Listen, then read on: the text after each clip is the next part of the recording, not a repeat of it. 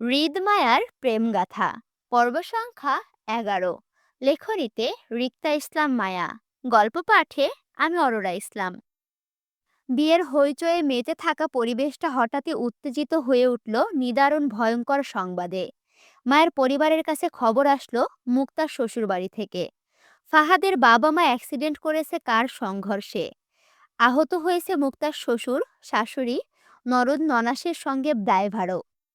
খবর পেয়ে তৎক্ষণাৎ বেরিয়ে পড়ল মায়ের পুরো পরিবার, সঙ্গে গেল মুক্তা সহ। আর বাসায় রেখে গেল শুধু জুই, মায়া আর জুয়ের মা জোহেরা বেগমকে। মায়ের বাবা মা চাচা সহ মুক্তাকে নিয়ে গেল আরিফ, নতুন আত্মীয়। তার ওপর আবার মুক্তার নিজের শ্বশুর শাশুড়ি বলে কথা। এই মুহূর্তে তাদের পাশে থাকাটা জরুরি মনে হলো মুক্তার। স্বচ্ছ আলোর ন্যায় প্রেমময় স্বপ্নগুলো হঠাৎই অন্ধকারে গুটিয়ে গেল আপনজনদের অনাকাঙ্ক্ষিত অ্যাক্সিডেন্টে মুক্তা আর ফাহাদের জীবনে। দুজনের লুকায়িত প্রেম সম্পর্ক ছিল ভার্সিটি জীবনে সিনিয়র জুনিয়র হয়ে। ফাহাদের ভার্সিটি লাইফ শেষ করা থেকে স্টাবলিশ হয়ে পারিবারিক ব্যবসায় জয়েন করা পর্যন্ত প্রায় 4 বছর গড়ায় দুজনের প্রেমের সম্পর্কের। ততদিনে সম্পর্কটা সবার কাছ থেকে লুকায়িত ছিল। দুই পরিবারে জানাজানি হলো মাস দুয়েক আগে। মায়ার পরিবারের বড় মেয়ের প্রেমের সম্পর্ক নিয়ে আপত্তি থাকলেও ছেলে হিসেবে ফাহাদকে বেশ মনে ধরায় কেউ আর বাধা দিল না তাদের। আপোষেই মেনে নিয়েছিল দুজনের প্রেম। দীর্ঘ অপেক্ষার ভালোবাসা পূর্ণতা পেতে যাচ্ছিল 5 বছর পরেই। কিন্তু হঠাৎ করেই যেন দুজনের গোছানো স্বপ্নে ভাটা পড়ল। এলোমেলো অগোছালো হলো সবটা। পূর্ণতা পাওয়া সম্পর্কটা আবারও মিইয়ে গেল। ফাহাদের পরিবারের সঙ্গে ঘটে যাওয়া অপ্রত্যাশিত ঘটনার জন্য আবারও সবকিছু পিছালো। পাস পর হওয়া বিষয়টা ঘুরিয়ে ফিরে আবারও 1.5 মাস পরে ঠিক করল পরিবারের লোকজন। এমন পরিস্থিতিতে কারো কাছেই বিয়েটা ঠিক মনে হলো না তাই। মুক্তা বা ফাহাদ দুজনই নীরবে মেনে নিল বড়দের সিদ্ধান্ত। কারো কোনো আপত্তি রইল না কোনো কিছুতে। দুজনের একই কথা, পরিবার আর ভালোবাসার মানুষগুলো পাশে থাকলেই হলো তাদের। বাকি যে কোনো পরিস্থিতি সামনে নেবে দুজন। কিন্তু মায়ের খুশি খুশি ফেসটা যেন হঠাৎই মুচড়ে গেল মুক্তার বিয়েটা পিছিয়ে যাওয়াতে। দুঃখে বেশ করে হায় হতাশ হলো ফাহাদের পরিবারের জন্য। তারপর নিজের অবুঝ মনকে বুঝালো বিপদে শক্ত থাকতে হবে বলে। মায়ের দুঃখ আর হতাশ ঘটাটা একদিন চলল। তারপর দিনই সব ঠিক হয়ে গেল যখন শুনল ফাহাদের বাবা মা এখন ঠিক আছে, সুস্থ আছে। তাদের 2 দিন পর হসপিটাল থেকে রিলিজ করে দিবে বাসায়। এজন্য মায়ের মা বাবা আর চাচাকে বাড়িতে পাঠিয়ে দেয় আরিফ। মুক্তাকে নিয়ে সে হসপিটালে থেকে যায় ফাহাদের পরিবারের পাশে, বড় ভাইয়ের দায়িত্ব পালনের জন্য। তবে মায়ার পরিবার বাড়িতে আসলো আরও একদিন পর। মায়া তখনও বাড়ির চত্বরে। যেহেতু মুক্তার বিয়েটা পিছিয়ে দেওয়া হয়েছে, সেজন্য তাদের কালই চট্টগ্রামে চলে যেতে হবে বলে জানালো বাবা শফিকুল ইসলাম। মায়ের স্বস্তির থাকা ফেসটা মুহূর্তে চুপসে যায় আবারও অপ্রিয় শহরে চলে যেতে হবে শুনে। মায়ের ইচ্ছে ছিল বাবাকে বলবে সে আর জীবনেও চট্টগ্রামে পা দিতে চায় না। চট্টগ্রামের মানুষ ভালো না, মায়ের একদম পছন্দ না চট্টগ্রামের মানুষজন। বিশেষ করে সাদা পাঞ্জাবি পরা গম্ভীর মুখের লোকজন। এরা সাদা পাঞ্জাবি পরলেও তাদের ভেতরটা একদমই কালো কালো। সেই জন্য মায়া আর চট্টগ্রামে পড়তে যাবে না। মায়াকে পড়াতে হলে সে নিজ এলাকায় আশুগঞ্জে কোথাও পড়াবে, নয়তো লেখাপড়াই করবে না। তাছাড়া মায়া এত পড়াশোনা করেই বা কি করবে? জীবনে একটা সরকারি চাকরি তো পাবেই না। উল্টো জীবনে এতগুলো বছর পড়াশোনা করে লসে যাবে। এর থেকে ভালো মায়ের হারিয়ে যাওয়া জামাইকে খোঁজ করে ওকে বিয়ে দিয়ে দেওয়া হোক। মায়া কি না করবে নাকি? এমনিই তো রাজি হয়ে যেত। শুধু শুধু টেনে টুনে মায়াকে এত পড়াশোনা করানোর কি দরকার? তাছাড়া মায়া চট্টগ্রামে পড়তে যাবে না বলে ঘোর অনশন করার ইচ্ছে ছিল পরিবারের বিরুদ্ধে। কিন্তু তার হলো কই? পরিবারের বর্তমান পরিস্থিতি দেখে চুপ করে গেল। এই দুঃখের সময়ে মায়া আর নতুন করে ঝামেলা বাড়াতে চাইল না বলে চুপ করে গেল। এমনই মুক্তার বিয়ে নিয়ে টেনশনের মধ্যে আছে সবাই। মায়া আর টেনশন দিতে চায় না বলেই আপোষে রাজি হয়ে গেল চট্টগ্রামে চলে যাবে বলে। কিন্তু যাওয়ার আগে মায়া একবার নিজের অজানা স্বামীর খোঁজ করতে চায় বলে পরদিন নিজের বান্ধবী সুমিদের বাড়িতে যাওয়ার নাম করে। আবারও 5 বান্ধবী একত্রে পাড়ি জমালো নরসিংদী জেলায় সুমনদের বাড়িতে হাফেজ সাহেবের খোঁজ করতে। কিন্তু সেই যাত্রায় গিয়েও কেউ হাফেজ সাহেবের দেখা নাই। তবে সুমন ছিল বাসায়। আবারও সুমনের সাথে দেখা হলো সবার। মায়াদের বাসায় বসতে দিল। সেখানে জুই সুমনের কাছে জানতে চাইল হাফেজ সাহেবের নাম্বার বন্ধ কেন, তিনি কোথায় আছেন। সুমন বিনীত সহিত জানালো, বাবা হাফেজ সাহেবের ফোন চুরি হয়ে যাওয়ার বিষয়টি। সবটা শুনে হতাশ বুক ভারী হলো মায়ার। ভাগ্য মায়ার সহায় নয়। আজ পর্যন্ত যতবার মায়া নিজের অজানা স্বামীর খোঁজ করতে গিয়েছে, ঠিক ততবারই খালি হাতে ফিরেছে, শূন্য হাতে। আজও অজানা স্বামী অব্দি পৌঁছাবার কোনো রাস্তাই খুঁজে পাচ্ছে না মায়া। আর কিভাবে স্বামীর খোঁজ করবে তাও বুঝতে পারছে না। শেষ আশা ছিল হাফেজ সাহেব, কিন্তু ওনার সাথেও যোগাযোগ করা যাচ্ছে না। আবারও যেন নতুন করে অন্ধকারে চেয়ে গেল মায়ার আশা জুড়ে। অন্ধকারে ছেয়ে গেল মায়ের আশা জুড়ে। হতাশায় মায়া শেষ ভরসা হিসেবে সুমনের নাম্বারটাই সঙ্গে করে নিয়ে আসলো। যেহেতু হাফেজ সাহেবের নাম্বারে আর ফোন করা যাবে না, তাই সুমনের নাম্বারটা নিয়ে আসলো, এই ভেবে হয়তো সুমনের মাধ্যমে হাফেজ সাহেবের সঙ্গে মায়া যোগাযোগ করতে পারবে। বুক ভরা হতাশা নিয়ে মায়ার যখন পঞ্চবান্ধবী সুমনদের বাড়ি ছাড়লো, রাস্তায় আসলো, তখন জুয়ের মার বাটন ফোনে কল আসলো আরিফের। জুই ব্যাগ থেকে ফোনটা বের করতে ছোট্ট স্ক্রিনে চোখে পড়লো আরিফের নাম্বারটি। হালকা ঘাবড়ে যাওয়ার মতন করে জুই তৎক্ষণাৎ চোখ ঘুরালো মায়ার দিকে। আরিফ হঠাৎ এই নাম্বারে কল করেছে, তার মানে আরিফ জানে জুই মায়া বাসায় নেই, এবং জুয়ের আম্মুর ফোনটা যে ওদের কাছেই আছে এটাও মায়া বাসায় ফোন করে হয়তো শিওর হয়েছে। কিন্তু ওরা যে বান্ধবীর বাড়ির নাম করে নরসিংদী এসে বসে আছে, সেটা তো আর কেউ জানে না। তার মানে আরিফও জানবে না। জুই অনেকটা ভয়ে ভয়ে মাটির রাস্তার একপাশে দাঁড়িয়ে রিসিভের বাটন চেপে ফোনটা কানে তুলতেই ফোনের ওপাশ থেকে আরিফের শাসিত গলা শোনা গেল তখনই। আরিফ কড়া গলায় বলল, "এ তোরা কোথায় আছিস?" ঘাবড়ে যাওয়ার মতো করে জুই তাকালো মায়ের ভয়ের তো মুখের দিকে। ধরা পড়ে যাওয়ার ভয়ে ঘাবড়ে গিয়ে আস্তে করে বলল, "এই তো ভাই আছি, সুমিদের বাসায়। কেন, কিছু বলবে?" ফোনের ওপাশ থেকে অনেকটা ধমকের স্বরে শুধালো আরিফ, "ওখানে কেন গিয়েছিস? রাতে তোদের চট্টগ্রামে ফেরার কথা জানিস না? ব্যাগ প্যাক করেছিস?" মিনি করে বলল জুই, "না ভাই, করিনি। একটু পর বাসায় গিয়ে করে নেব। আজকে তো চলে যাব। এই জন্য একটু বান্ধবীদের সাথে দেখা করতে এসেছিলাম আর কি, আমরা দুজন।" জুয়ের ধীর গলায় নরম হয়ে আসলো আরিফ। বিগত 2 দিন হসপিটালে দৌড়াদৌড়িতে অনেকটাই ক্লান্ত সে। তারপর আবার মায়ের নামে খোঁজদারি আসলো, তাও আবার আরিফের কাছে। নিশ্চয়ই মায়া কোনো কাণ্ড ঘটিয়েছে। নয়তো রিদ খানের বডিগার্ড আসিফ মুশারফ কেন খুঁজবে মায়া আরিফের কাছে? আরিফ জুয়ের কাছে মায়ের সন্ধান খুঁজল। সে বলল, "কিছুক্ষণের মধ্যে যেন তোদের বাসায় পাই আমি, মনে রাখিস। আমি ফোন করব ছোট মাকে। এখন মায়ের কাছে ফোনটা দে। ও কোথায়?" আরিফের শক্ত গলায় জুই অসহায় চোখে তুলে তাকালো মায়ের দিকে। মায়া তখনও কালো নিকাবের আড়ালে ভয়ার্ত ডাগর ডাগর চোখ জুয়ের দিকে ড্যাব ড্যাব করে তাকিয়ে আছে। জুয়ের তাকানোতে চোখাচোখি হলো দুজনের। মায়া ইশারা করে কি হয়েছে জানতে চাইলো। জুই আরিফের কথার উত্তর দিয়ে বলল, "এই তো ভাই, ও আমার কাছেই আছে। কথা বলবে?" "হুম, দে ওকে।" কান থেকে ফোন উঠিয়ে মায়ের দিকে এগিয়ে দিল জুই। ইশারায় বুঝালো কথা বলতে। মায়া স্বাভাবিকভাবে আরিফের ফোনটা কানে তুলল। হ্যালো বলতে না বলতেই ফোনের ওপাশ থেকে অবৈধ গলায় ধমক উঠল আরিফ। মায়াকে শাসানো গলায় জিজ্ঞেস করলো, "এই, তোকে রিদ খানের লোক খুঁজতে কেন? তোকে ওদেরকে কি দরকার? কোনো ঝামেলা পাকিয়েছিস তুই ওদের সাথে? সত্যি করে বল।" আরিফের মুখে রিদ খানের নাম শুনে ভয়ে গলা শুকিয়ে কাঠ হলো মায়ার। চমকে ওঠার মতো করে মায়া জুয়ের দিকে তাকালো। আরিফের কথার পৃষ্ঠে কি বলবে তাও বুঝতে পারল না। মায়ের জানা মতে সে কোনো ঝামেলা পাকায়নি রিদ খানের সাথে। এমনকি রিদ খানের সামনেও পড়ে না বেশ কিছুদিন ধরে। দূর থেকে পালিয়ে যায় রিদ খানকে কোথাও দেখলে। মুখোমুখি হওয়া তো দূর। এবার কেন রিদ খানের লোক মায়াকে খুঁজছে আরিফের কাছে, সেটা মায়া কিভাবে জানবে?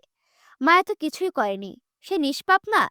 নিশ্চয়ই রিদ খান মায়াকে আবারও অপমান করতে আরিফের কাছে মিথ্যে নালিশ করতে চাই বলে মায়ের খোঁজ খবর করছে এই লোক। মায়া রিদ খানকে চিনবে না। এক নম্বরের অভদ্র আর বদমেজাজি অহংকারী লোক। মায়া চিন্তা ভাবনার মাঝে ফোনের ওপাশ থেকে আবারও অধৈর্য গলায় ধমকে উঠল আরিফ। ধ্যান ভাঙল মায়ার। আরিফ বলল, "কি হলো বল? আরিফ ভাই আমাকে ফোন করে তোর নামে জিজ্ঞেস করছিল কেন? তুই আমার কেমন বোন হোস? তোর নাম আসলে রিক্তা ইসলাম মায়া কিনা? আমি ঠিকঠাক চিনি কিনা তোকে? তুই কোথায় পড়িস? হঠাৎ এত সব প্রশ্ন কেন করছিল আমাকে? তুই কি কলেজে কোনো ঝামেলা পাকিয়েছিস? ওদের সাথে সত্যি কথা বলতো ঋতু।"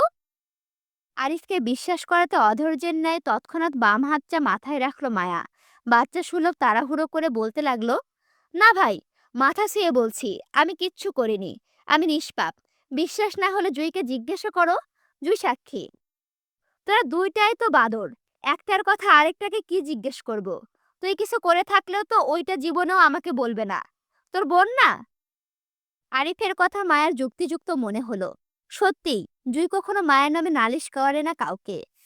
মায়া কোনো দোষ করলে সেটা সামলে নেয়, তারপরও বড়দের কানে দেয় না কখনো। কিন্তু এখন তো মায়া সত্যিই কিছু করেনি, তাহলে এটা সাক্ষী কিভাবে দেবে সে? মায়া যে নিষ্পাপ এটা তো বিশ্বাস করাতে হবে আরিফ ভাইকে, তাই না? মায়া ফের তাড়াহুড়ো করে বলল, ভাই তুমি বিশ্বাস করো যে এবার সত্যি সাক্ষী দেবে। এই জুই, তুই ভাইকে বল আমি কিছু করিনি, আমি নিষ্পাপ। বল। মায়া জুইকে ডেকে কথাগুলো বলল। আরিফ ফোনের ওপাশ থেকে কটাক্ষ গলায় বলল, হুম, তুই যে নিষ্পাপ সেটা আমি চট্টগ্রামে গেলেই বুঝবো। এই নিয়ে সকাল থেকে আসিফ ভাই আমাকে 5 বার ফোন করেছে, তাও তোর তথ্য জানার জন্য। প্রতিবার ফোন করে তোর কথা জিজ্ঞেস করে, সরাসরি আমাকে প্রশ্ন করে বলে আমি কনফার্ম কিনা রিক্তা ইসলাম মায়া আমার নিজের বোন হয়। আচ্ছা, তুই বল, আমার বোনের নামে আমি জানবো না? হ্যাঁ, তাছাড়া রিদ খানের লোক আসিফ ভাই, তার সাথে একটু কথা বলার জন্য আমার মতো সাধারণ মানুষ অনেকটা অপেক্ষা করতে হয়। সে আসিফ ভাই আমাকে সকাল থেকে বারবার ফোন করে শুধু তোর কথাই জিজ্ঞেস করছে। তুই নাকি কলেজে বলেছিস তোর নাম ইশরাত জাহান। এজন্য আসিফ ভাই বারবার কল করে আমার কাছে কনফার্ম হতে চাচ্ছে তোর নাম সত্যিই রিক্তা ইসলাম মায়া কিনা। আমি জানি না কেন এত জরুরি তলবে তোর খোঁজ করছে আসিফ ভাই, তবে আমার ভয় হচ্ছে তোকে নিয়ে। দেখ ঋতু, আমরা মধ্যবিত্ত পরিবারের লোকজন, তাই রাজনৈতিক পরিবারের সঙ্গে ঝামেলা করার কোনো প্রশ্নই ওঠে না। সবচেয়ে বড় কথা, আমরা রিদ খানের এলাকায় থাকি, আর আসিফ ভাই কিন্তু এমনি এমনি আমাকে ফোন দেয়নি তোর খোঁজে। নিশ্চয় রিদ খান বা তার পরিবার বলেছে ফোন করতে, তাই উনি করেছে। আমি যতদূর জানি আসিফ ভাই রিদ খানের পার্সোনাল বডিগার্ড, তাই রিদ খান যা বলবে আসিফ ভাই তাই করে। এবার যদি রিদ খান তোর তথ্য চাই, তাহলে তিনি এমনি এমনি চাননি, এর পেছনে নিশ্চয়ই কোনো কারণ আছে। দেখ ঋতু, যদি রিদ খানের সাথে বেয়াদবি করেও থাকিস তাহলে ভাইকে বল, আমি সামলে নিব বিষয়টা। আসিফ ভাইকে বুঝিয়ে বলবো তোর হয়ে, দরকার পড়লে রিদ খানের সঙ্গে দেখা করে উনার কাছে ক্ষমা চেয়ে নিব তোর হয়ে। তারপর আমি চাই না রিদ খানের মতো রাজনৈতিক লোকের দৃষ্টি তোর ওপরে পড়ুক, তুই কলঙ্কিত হ। আরিফের কথা শেষ হতে হতে মায়া অসহায় গলায় মিনমিন স্বরে বলল, আমি সত্যিই কিছু করিনি ভাই, বিশ্বাস করো। মায়ের কথায় হতাশার ভারী নিঃশ্বাস ফেলে আরিফ। তার কাছে কিছুই ঠিক মনে হচ্ছে না। মনে হচ্ছে মায়া বড় কোনো ঝামেলায় ফেসে যাচ্ছে। রিদ খানকে চিনে সে, এমনিতে তো কারো খোঁজ করার মতো মানুষ না। আরিফ ভাই নিজেকে শান্ত করে নরম গলায় বলল, আচ্ছা ঠিক আছে, ভাই আছে, চিন্তা করিস না, যা হবার তা দেখে নেব। যা এখন বাসায় যা, আমি আসিফ ভাইয়াকে ফোন করে জেনে নিব না আসলে কি হয়েছে, তোকে কেন ওরা খুঁজছে। আচ্ছা ভাই। মায়া ফোন রাখতে গেলে আরিফ ফের থামিয়ে দিয়ে বলে, আচ্ছা শোন আরেকটা কথা, ছোট চাচা তোদের ট্রেনে তুলে দিয়ে আসবে, আর মামা এসে তোদের স্টেশন থেকে নিয়ে যাবে। খবরদার একা একা স্টেশনের বাইরে বের হবি না, মামা আসলে তারপর যাবি। আর আমি আরো কয়েকদিন পর আসবো চট্টগ্রামে, ততদিন তোদের সাথে নানু মা এসে থাকবে শহরে। আর শুক্রবারে নানুর বাড়িতে চলে যাবি মামার সাথে, কেমন? আচ্ছা। বিকেল 5টার ঘরে স্বচ্ছ কাচের দরজা ঠেলে হৃদের অফিসে ঢুকলো আসিফ। বিষণ্ণতায় আড়ষ্ট হয়ে তীব্র উত্তেজনা দেখা গেল আরিফের শ্যামবর্ণের লম্বা মুখটাতে। বিষণ্ণতা ছাপিয়ে হৃদের সম্মুখে হয়ে দাঁড়ালো তীব্র হাঁসফাঁস করতে করতে। খানিকটা দ্বিধা জড়িয়ে ভয়ও পাচ্ছে সে, এই ভেবে যে তার দেওয়া খবর দুটো কিভাবে নিবে হৃদ, খবরটা জানার পর কিভাবে রিয়্যাক্ট করবে সেটা ভেবেও এই মুহূর্তে বেশ চিন্তিত আসিফ। ইতস্তত আসিফ হাঁসফাঁস করে জড়ানো চোখে এক পলক চাইল হৃদের গম্ভীর চোখ মুখের দিকে। কি সুন্দর সাবলীলভাবে ল্যাপটপে মুখ গুজে কিছু টাইপ করছে ব্যস্ত হাতে। হৃদের ব্যস্ত হাত আর স্ক্রিনের ওপর কুঁচকানো দৃষ্টি বলে দিচ্ছে সে এই মুহূর্তে কতটা মনোযোগী টাইপিংয়ে হাত চালাতে। আসিফ আবারও হাঁসফাঁস করলো হৃদকে তার কাছে থাকা নিউজগুলো দিতে, কিন্তু এই মুহূর্তে খবরগুলো দেওয়া ঠিক হবে কিনা সেটা নিয়েও কয়েক সেকেন্ড ভাবল সে। তারপর সিদ্ধান্তহীনতায় ভুগে ধীর কণ্ঠে ডাকলো হৃদকে। ভাই, একটা কথা ছিল। হৃদ তৎক্ষণাৎ উত্তর করলো না, আর না আসিফের দিকে চোখ তুলে তাকালো, বরং তখনও ব্যস্ত হাতে চলছে কিবোর্ডে। আসিফ আরও একটু ইতস্তত বোধ করে জড়ানো গলায় ফের হৃদের উদ্দেশ্যে ডেকে বলল, ভাই, কথাগুলো খুব জরুরি ছিল, যদি একটু শুনতেন। হৃদের মনোযোগ নষ্ট হলো না, বরং ল্যাপটপের স্ক্রিনে তাকিয়ে থেকে গম্ভীর স্বরে আওড়ালো, বল, শুনছি। ইতস্তত আসিফ হৃদকে এক পলক দেখে খানিকটা দ্বিধা নিয়ে বলল, আসলে ভাই, দুটো নিউজ আছে। একটা ভালো, অন্যটা খারাপ হবে। এজন্য বলছিলাম আপনি কোনটা আগে শুনতে চাইবেন? আগের ন্যায় হৃদ বলল, আপাতত কোনোটাই শুনতে চাচ্ছি না। বেশ জরুরি হলে বল, নয়তো বেরিয়ে যা, কাজ করছি আমি। আসিফ চুপ করে গেল দ্বিধা নিয়ে। খবরটা বেশ জরুরি, তাই হৃদকে জানানো দরকার। এজন্য আসিফ আগের ন্যায় জড়ানো গলায় বলল, ভাই খবরটা মনে হয় আপনার জন্য খুবই জরুরি হবে। ভাবিকে নিয়ে আসিফকে মাঝপথে থামিয়ে দিয়ে গম্ভীর মুখে আওড়ালো হৃদ, বল শুনছি। আসিফ দ্বিধা নিয়ে কয়েক সেকেন্ড চুপ থেকে ধীর গলায় বলতে থাকলো, আসলে ভাই ভাবির খোঁজ পেয়েছিলাম আমরা। আপনার কথা অনুযায়ী সেম অফিস থেকে নাম্বারের তথ্য জোগাড় করেছিলাম নম্বরদাতার। আপনার ধারণা ঠিক ছিল। সেই দিন রাতে ভাবি কল করা মানুষটা ওনার বড় ভাই ছিল। কলদাতার রেজিস্টার সিম থেকে জাতীয় পরিচয়পত্রের মাধ্যমে ভাবির ভাইয়ের ছবিসহ সকল তথ্য জোগাড় করেছিলাম। ছেলেটি আমাদের এক পরিচিত ছোট ভাই। আপনিও চিনবেন ওকে। ওর নাম আরিফ। চট্টগ্রাম বিশ্ববিদ্যালয় থেকে পড়াশোনা করে মাত্র বের হয়েছে। ওর ছোট বোনের নামই রিক্তা ইসলাম মায়া, মানে আমাদের ভাবি। এই নিয়ে আমি সকাল থেকে বেশ কয়েকবার আরিফের সঙ্গে ফোনে কথা বলে শিওর হয়েছি ভাই। আপনি যাকে ইশরাত জাহান নামে চিনেন, উনি আমাদের ভাবি হয় ভাই। ভাবি আপনাকে নিজের নাম মিথ্যা বলেছিল সেই দিন। এবার কেন বলেছিল সেটা ভাবি ভালো বলতে পারবে ভাই। তবে আমি আরো খোঁজ নিয়ে জানতে পারি, ভাবি আজ সকালে আপনার খোঁজে নরসিংদী গিয়েছিল ওনার ৩ বান্ধবী সহ চাচাতো বোনকে নিয়ে। হাফিজ সাহেবের ছেলে সুমন আমাদের লোকেদের জানিয়েছে সেটা। এর আগেও নাকি আপনার খোঁজে কিছুদিন আগে গিয়েছিল ওরা। কিন্তু প্রথমবার আপনার খোঁজ না পাওয়ায় ব্যর্থ হয়ে নাকি আজ দ্বিতীয়বারের মতো গিয়েছিল। কিন্তু পথিমধ্যে নাকি ভাবিদের আজ সকালে অ্যাক্সিডেন্ট হয়। হাফিজ সাহেবের ছেলে সুমন নাকি সেখানে ছিল। ও আমাদের লোকেদের একটু আগে জানালো, ভাবিসহ নাকি ওনার দুটো ফ্রেন্ড মারা যায় অন দ্য স্পট। আর বাকি দুজনের অবস্থাও নাকি বেশ ভালো না। হসপিটালে ভর্তি আছে আহত অবস্থায়। ভাবির পরিবারে এটা নিয়ে তোলপাড় চলছে। আমি আরিফকে একটু আগে ফোন করেছিলাম, ফোন ধরেনি। হয়তো ফোন তোলার পরিস্থিতিতে নেই। আমাদের ছেলেরা কিছুক্ষণ আগে খবরটা দিল আমায়। এজন্য আমি আপনাকে বলতে। আসিফ বলতে বলতে থেমে যায় হৃদের নিশ্চুপ ভঙ্গি দেখে। হৃদের চোখে মুখে আগের মতো গম্ভীর্য নেই, তবে বেশ শীতল দেখালো তার চেহারা। হৃদের মুখ দেখে ভিতরকার অবস্থাটা বুঝল না আরিফ। কারণ হৃদের নিশ্চুপ দৃষ্টি তখন ল্যাপটপের স্ক্রিনের দিকে এক দৃষ্টিতে তাকিয়ে। তবে হৃদের কিবোর্ডের ব্যস্ত হাত দুটো থেমে আছে টাইপিং করা থেকে। আসিফ সেদিকে পূর্ণ দৃষ্টিতে তাকাতেই বুঝলো হৃদের হাত দুটো থেমে নেই, ভূমিকম্পের ন্যায় তরতর করে কম্পনরত হচ্ছে সেগুলো। আসিফের পূর্ণ দৃষ্টির মধ্যে হৃদের সেই হাতের কম্পন আরো দৃঢ় হলো ক্রমাগত। আসিফের স্পষ্ট চোখে পড়ল হৃদের কার্নিশ বেয়ে ঝরা চিকন ঘামের এক ফোঁটাগুলোকে। আসিফ খানিকটা চমকালো। শুকনো গলায় দ্রুত চোখ বুলালো হৃদের মুখে। হৃদের শক্ত থাকা মুখের আদল পরিবর্তন দেখা না গেলেও, তবে আসিফের কানে আসলো হৃদের ভাঙা গলার একটু স্বর, কবে হয়েছে এসব? আসিফ বিন্দুমাত্র সময় নিল না উত্তর করতে। ব্যস্ত গলায় বলল, ভাই, সকালের ঘটনা এটা। ভাবিকে ওনাদের পারিবারিক কবরস্থানে কবর দেওয়ার কথা চলছে, কিন্তু পুলিশ কেস হওয়ায় লাশ এখনো দাফন করা হয়নি। তদন্ত চলছে। ভাই, আপনি কি যাবেন ভাবিকে শেষ দেখা দেখতে? আসিফ বলতে বলতে আবারও থেমে যায় হৃদের নিশ্চল অবস্থা দেখে। কারণ ততক্ষণে হৃদ ল্যাপটপের কিবোর্ডের ওপরে কপাল ঠেকিয়ে গাছের নিস্তব্ধ হয়ে যায় প্রশ্ন করার থেকে। আসিফ ধরফরিয়ে দ্রুত পায়ে এগিয়ে আসে হৃদের দিকে। আতঙ্কিত হাতে ভাই ভাই করে ডাকতে লাগলো হৃদকে। আসিফ উত্তেজিত ভঙ্গিতে হৃদের কাঁধ চেপে ধরতেই বুঝলো হৃদের বেগতিক শরীরে তীব্র কম্পন হওয়ার বিষয়টা। হতভম্ব আসিফ তখন বাকরুদ্ধ হয়ে গেল হৃদের সারা শব্দ পাচ্ছে না বলে। আতঙ্কিত মুখে শুকনো ঢোক গিলতে গিলতে চাইল হৃদের দিকে। নিশ্চল হৃদকে দেখে আসিফ তখনও ঠাহর করতে পারছে না আসলে হয়েছে কি। হৃদ কি বেহুশ হয়ে গেল নাকি? অতিরিক্ত উত্তেজনায় হার্ট অ্যাটাক করলো? কোনটা? এই যে বুড়ি আর বুড়ারা, আপনারা যে ভিডিও দেখছেন কিন্তু রেসপন্স করছেন না, এরকম করলে কি হলো? বেশি বেশি করে ভিডিওতে রেসপন্স করো, লাইক কমেন্ট শেয়ার করো। এবং আমার চ্যানেলটি যদি এখনো সাবস্ক্রাইব করে না থাকো, অবশ্যই সাবস্ক্রাইব করে পাশে থাকো। এবং পরবর্তী পার্টের জন্য অপেক্ষা করো। আল্লাহ হাফেজ।